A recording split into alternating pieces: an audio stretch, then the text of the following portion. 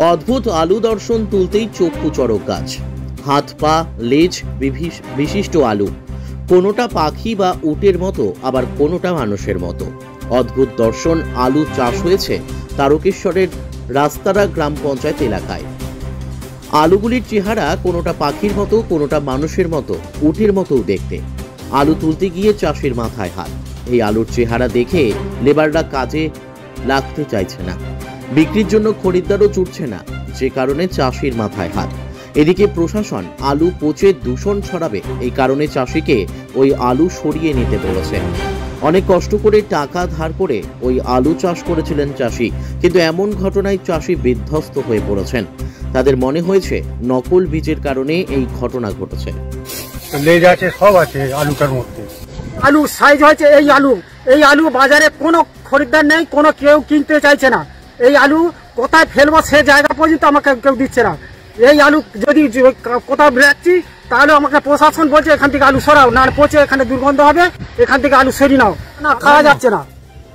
পা আছে, নাক আছে, চোখ আছে, আপনি দেখতে পাচ্ছেন তো, দেখুন না, মানুষের মতো পুরো আকৃতি। এটা আবার একটা পাখি, একটা উটের মতো। মানে টোটালটাই বলছেন মানে লস? টোটালটাই। একটা মাটি খুলে যে পুরো সেই লেবারটা পাবো কোথায়? মানে প্রত্যেকটা জমিতেই এরকম কতটা চাষ করেছিলেন দাদা আপনি? আমার এটা যেটুক ছেলে, আমি চাষটা করে দিই। কি নাম আপনার? আমার নাম তপন খাড়া। তপন খাড়া। আমাকে এইভাবে চাষবাস করে কি করে আমরা চালাবো? আমাদের যে ছেলে পুলে নিয়ে আমাদেরকে তো সংসারে খেতে হবে। ভাগের জমি স্বামী স্ত্রী চাষ করে খাচ্ছি। আমাদের এই জমির মধ্যে আমার ক্ষতিপূরণ 1,80,000 টাকার মতন আমার দরকারের হতো। আমার সেইটাও তো হলো না। আমাদের ক্ষতিপূরণ কে দিবে? আমাদের বউ ছেলে, বাচ্চা ছেলে নিয়ে আমরা কি করে চলবো?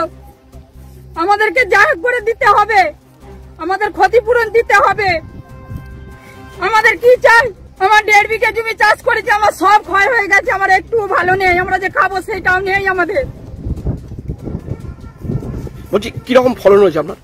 এই তো 5 খানার উপরে আলু ফলে গেছে, কিন্তু এই আলুটা তো একটাও কাজের কাজ নয়, সব নকল। আমার ক্ষতিপূরণ চাই। আমার 1.5 বিঘা জমিতে 5 খানার হিসেবে টাকা আমার সব চাই। আমি কি বলবো, মাথা ঘুরে যাচ্ছে। হ্যাঁ, কতটা দিদি চাষ করেছিলেন দিদি? ওই তো আমাদের হাজবেন্ডের তো বলছিল 2.5 বিঘা জমি চাষ। আচ্ছা, মানে কি দেখলেন আলু খোঁড়ার সময়? কি দেখলেন? কি দেখবো, আলু দেখি তো মাথা ঘুরে যাচ্ছে। সমস্ত আলু ফাটা। কি নাম আপনার? কৃষ্ণা খাড়া। কি বলবেন এই যে এতটা যে ক্ষতি, চাষিদের যে আলু তুলতে যে দেখছে যে এরকম সমস্যায় তারা পড়েছে? এখন দাদা, ক্ষতি তো আমরা এক্ষুনি মিটিয়ে দিতে পারবো না, এবং আমরা পুরোপুরি পাঞ্জাবের উপর নির্ভরশীল। আমরা করতে পারি যে মানে চাষিদের পাশে দাঁড়াতে পারি, কতটুকু দাঁড়াতে পারবো বলতে পারছি না। আমরা চাষির পাশে থাকবো। আপনার নাম আর এই ডেজিগনেশনটা কি? দেবব্রত দেবী, চাপাডাঙ্গা ব্যবসায়ী সমিতি। চাপাডাঙ্গার যে আলু বীজ ব্যবসায়ী সমিতি আছে তাদের সেক্রেটারি এবং সভাপতির সাথে কথা বলেছি, চাষিদেরকে বলেছি এদের সঙ্গে নিয়ে যখন জমিতে আলুর যে ভুড়ো এটাকে ফাটানো হবে তার ভিডিও, আলুটাকে কুড়িয়ে যখন ঝুড়িতে রাখা হচ্ছে তার ভিডিও, যখন সেটা স্ট্যাক দেওয়া হচ্ছে তার ভিডিও, এদের উপস্থিতিতে মানে আলু বীজ ব্যবসায়ী সমিতির প্রতিনিধিদের উপস্থিতিতে এটা করতে বলেছি। আর আলু বীজ ব্যবসায়ী সমিতির সভাপতি সেক্রেটারিকে বলেছি যে কোম্পানি এইটা দিয়েছে ইমিডিয়েট তাদের সঙ্গে যোগাযোগ করে তাদেরকে নিয়ে এসে আগে এটা দেখানো হোক, কারণ আলু একটা রসালো ফল, এটা তো বেশি দিন রাখা যাবে না, পচে যাবে। তাহলে তারা ওই ছবিটার উপরই নির্ভর হবে, কিন্তু ডাইরেক্ট যাতে চোখে দেয়। আর এইটুকু নিশ্চিত থাকুন, আস্তারা চাষিদের সাথেও আমি কথা বলে নিয়েছি এবং তালপুরের চাষিদের কাছেও কথা বলে নিয়েছি।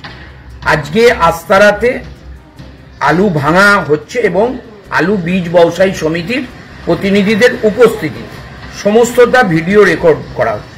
এবং আমার কৃষি দপ্তরের এডিএ সাহেব উনি ওনার স্টাফেদেরকে নিয়ে দুটো জমিতেই গেছেন, তারও নমুনা করেছেন। এবং আমরা আলু বীজ ব্যবসায়ী সমিতিকে বলেছি ওই এসএফ কোম্পানির মালিককে দ্রুত আমাদের আনা, তারপর নিশ্চিত তাদের সঙ্গে এই ক্ষতিপূরণ আমরা চাষিদেরকে করে দেব, এটা নিশ্চিত থাকুন। চাষিদেরকেও বলেছি, আর বীজ ব্যবসায়ী সমিতি কথা দিয়েছে যে আমরা এটাকে করব। যদি না করে, যদি কোনো টালবাহানা করে, তাহলে আগামীবার আমরা ওদের ওই বীজ ব্যবসার উপর আরো কঠোর আরোপ নিয়ে আসবো।